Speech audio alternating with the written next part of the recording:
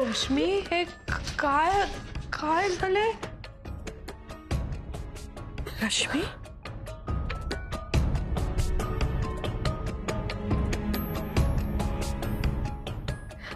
ये तू ये आधी बस ये बाळा ये इकडे दे दे ते माझ्याकडे ये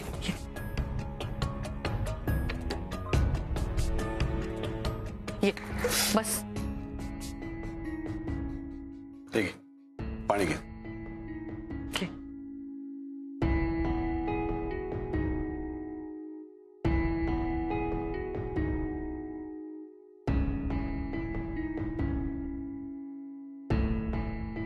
सोहम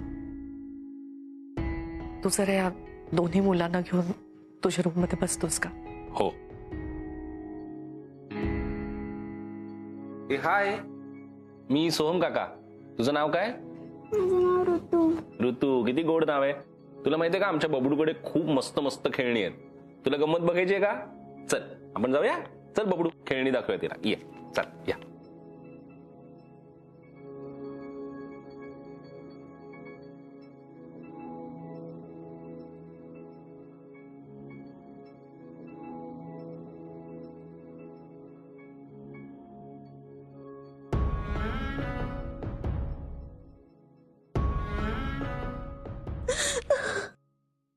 रश्मी रश्मी इकडे बघ. हो हो हो हो हो मी सावकाश करते.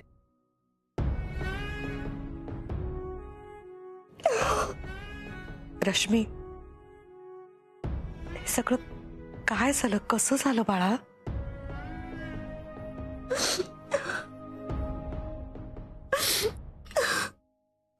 मॅम तुम्ही सांगितल्याप्रमाणे मी घरी गेले. मी त्याला म्हटलं माझी काहीच चूक नाहीये, तुझी चूक आहे. मी घर सोडून नाही जाणार. या घरावर माझा पण हक्क आहे. मी आणि ऋतू इथेच राहणार. पण त्याला खूप राग आला. तो आधीच पिऊन आला होता. त्याने मला शिवीगाळ केलं. खूप वाईट साईट बोलला तो मला आणि मग माझ्यावर हात उचलला.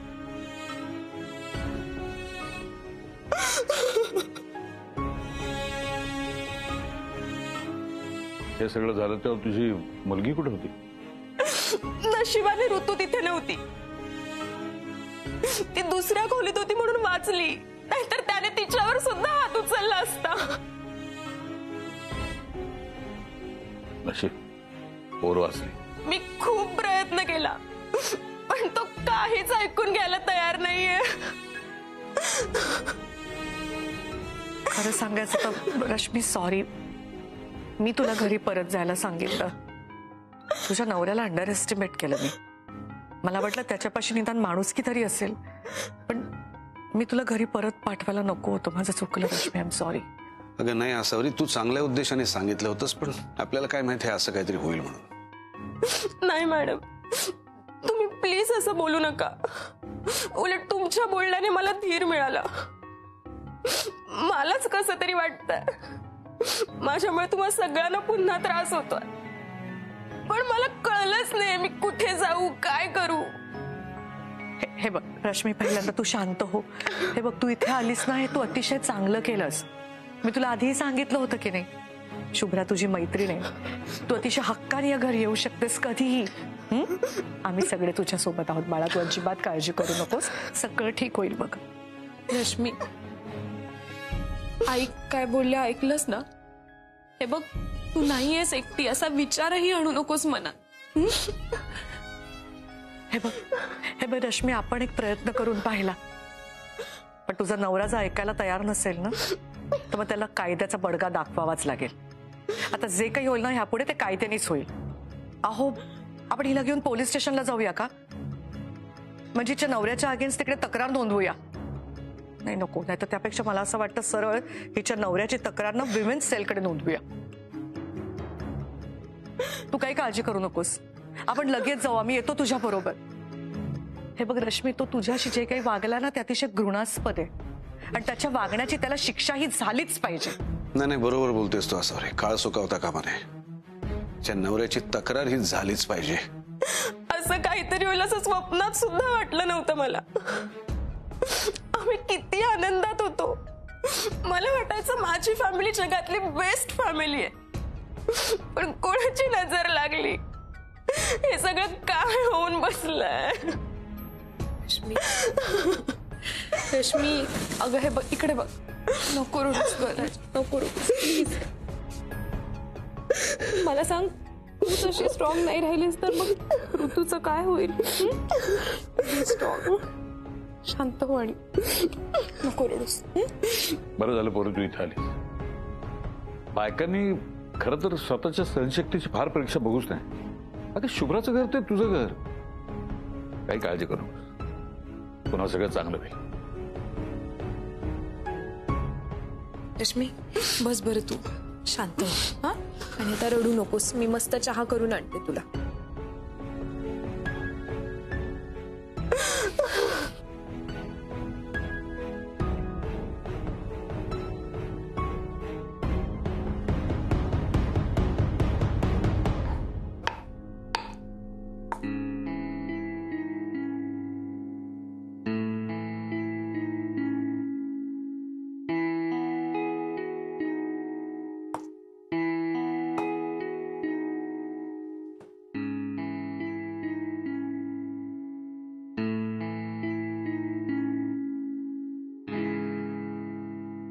काय झालं?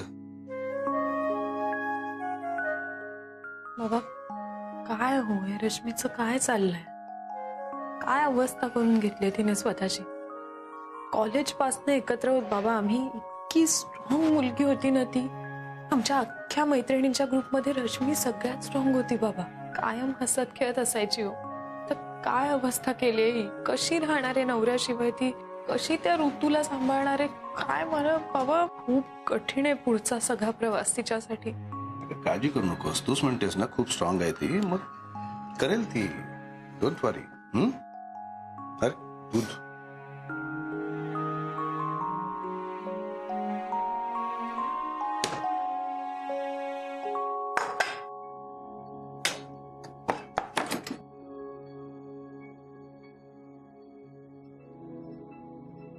शुभ्रा, मला एक सांग, सोहम तुझ्याशी नीट वागतो ना ग?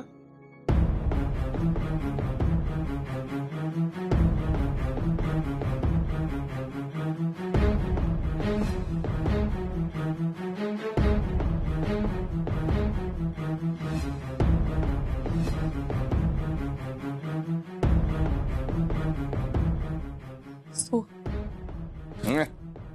झोपू दे का? तुला कळत नाही का? तू का सारखं खा खा खा खा करते, मागे मागे फिरते? अशी घरात बसून असतेस ना म्हणून तुला कळत नाही. जरा बाहेर पड म्हणजे कळेल तुला बाहेर लोक किती मेहनत घेतात ते. खाणं सोडून काही दुसरं आहे की नाही जगात तुझ्या? Get out Shubhra. पुन्हा मला विचारल्याशिवाय येऊ नकोस ऑफिसला. हा, हो बाबा. अहो, सोम खूप छान वागतो माझ्याशी. खूप प्रेम आहे त्याचं माझ्यावर. नाही मग ठीकच आहे, चांगलंच आहे.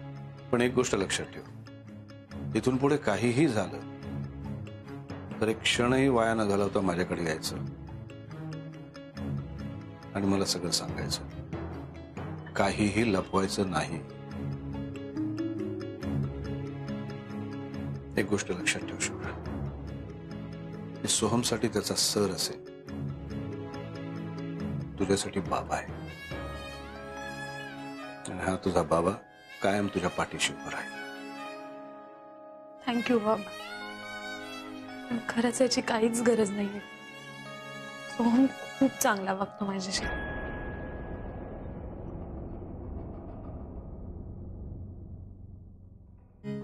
मला पण खूप आठवण येते तुझी. पण काय करणार, इथे अजून एक रडणारी बाई आली ना शुभ्रा बरोबर. ती रश्मी नावाची मैत्रीण आहे ग, ती बोर करते ना. चांगला आमरस खाऊन तोंड गोड झालेलं, तिचा चेहरा बघून सगळी चव गेली तोंडाची. हो ग, मला पण भेटायचंच आहे तुला. लवकरात लवकर भेटतो. मला कुठे राहता येते तुझ्याशी. काय ग? अरे किती छान बनवलं, किती गोड, मस्त. हा अगं, ती रश्मीची लहान मुलगी होती, तिला म्हणालो छान आणि गोड. तू काय जेलस होतेस लगेच? वेडी आहेस का तू? तू पण ना. शुभ्रा आली नंतर करतो फोन. बाय.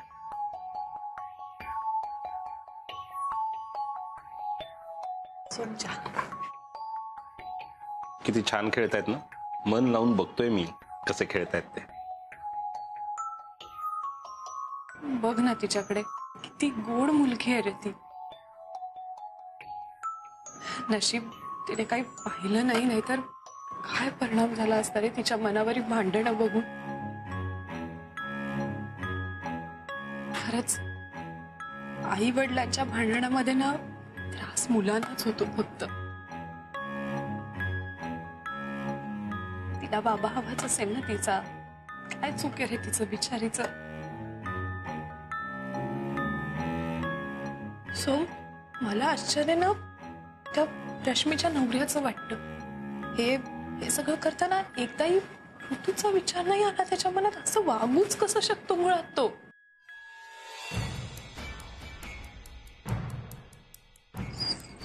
सोहम, तू हसलास का? शुभ्रा, तू या आधी कधी त्या रश्मीच्या नवऱ्याला भेटलीस? नाही.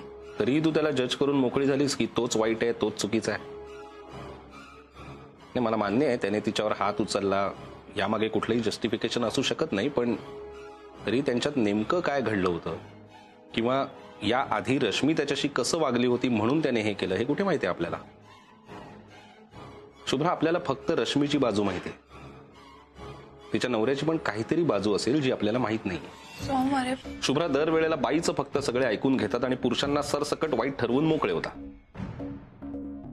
बाईला जरा काही झालं की तिला लगेच अबला ठरवून तिला सहानुभूती द्यायची, दया दाखवायची. आणि पुरुषांचं काय? त्यांना होणाऱ्या त्रासाचं काय?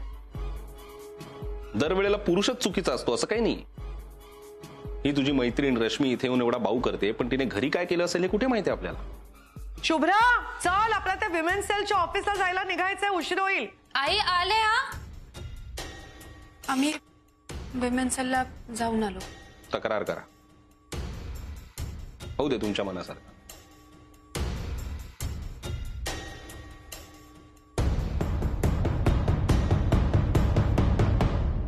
बघ रश्मी, त्या मॅडमना मी फोन करून ठेवलाय, अपॉइंटमेंट घेतली. तू अजिबात काळजी करू नकोस. तुझा नवरा तुझ्याशी जे काही वागलाय ना त्यांना स्पष्टपणे सगळं सांग. हा, घाबरू नकोस, मी आहे तुझ्या बरोबर. 2 मिनिटं, मी आले फक्त. हो, ये रश्मी, काळजी करू. हॅलो, हां, कोण बोलतंय? नाही, सॉरी, रॉंग नंबर.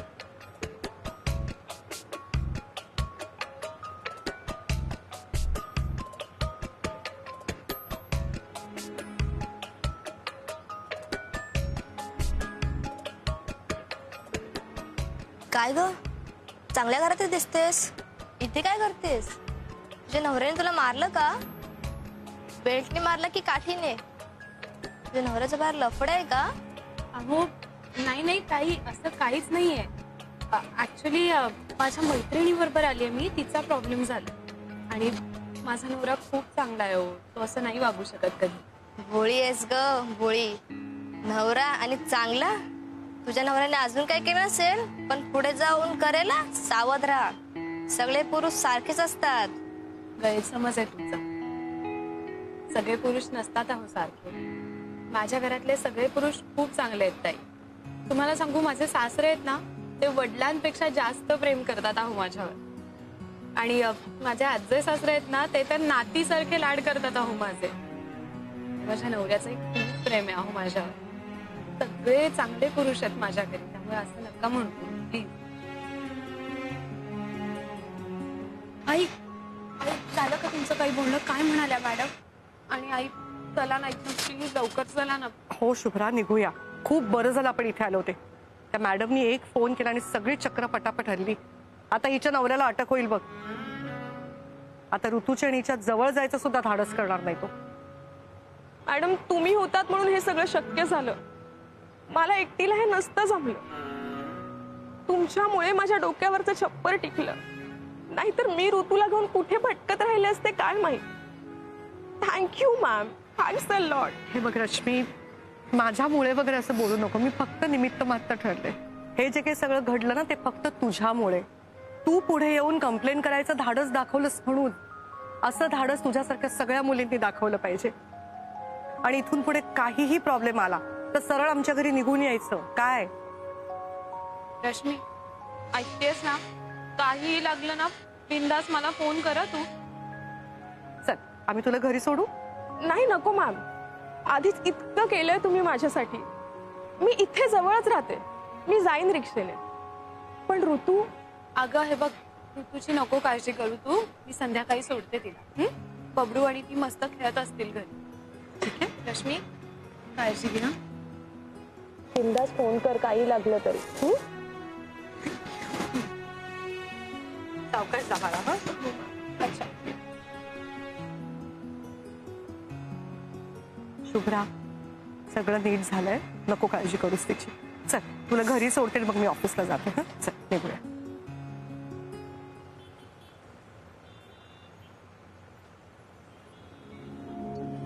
रिक्षा, रिक्षा.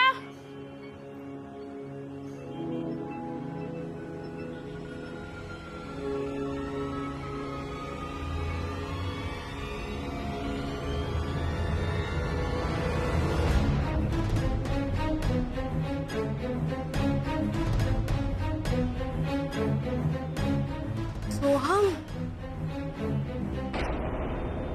शुभ्रा, रश्मी, काय झालं रश्मी?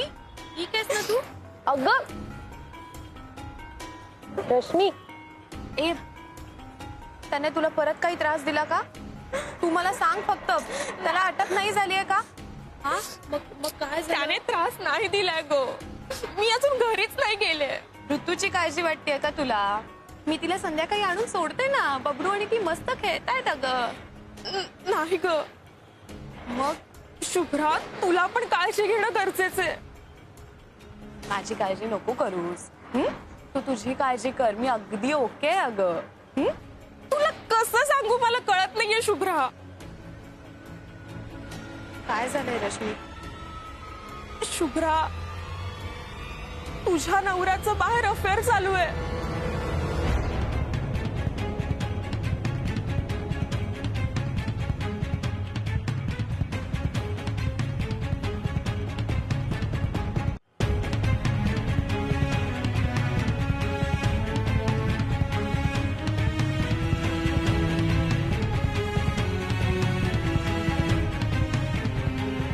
मी आत्ता त्याला एका मुलीसोबत गाडीत पाहिलंय.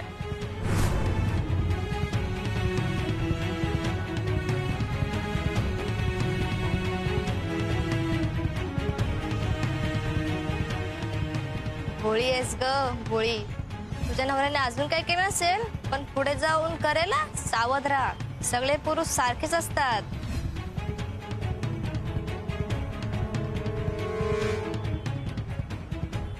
जे माझ्या नवऱ्याने माझ्यासोबत केलं ना, तेच तुझा नवरा तुझ्यासोबत करतोय शुभ्रा.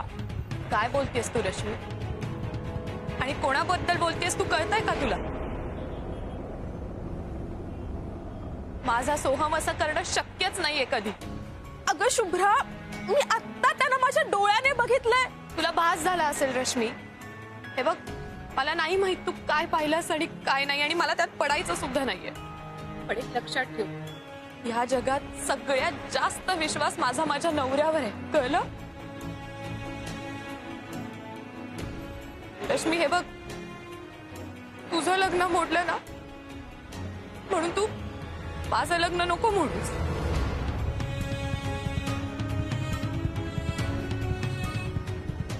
शुभ्रा, मी असं करेन का? तू इतकी मदत केलीयस माझी, मी कसं वागेन तुझ्याशी असं? ठीक आहे शुभ्रा, आता तुझ्या डोळ्यांवर ना पट्टी बांधली, म्हणून मी काहीही सांगितलं ना तरी हो, आहे पट्टी, पट्टी आहे, पण ती विश्वासाची आहे, प्रेमाची आहे, जे कधीच नाही निघणार.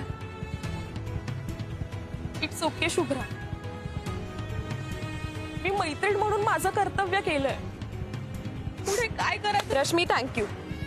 तू कर्तव्य केलंस तुझं, रिअली थँक्यू. जा आता प्लीज.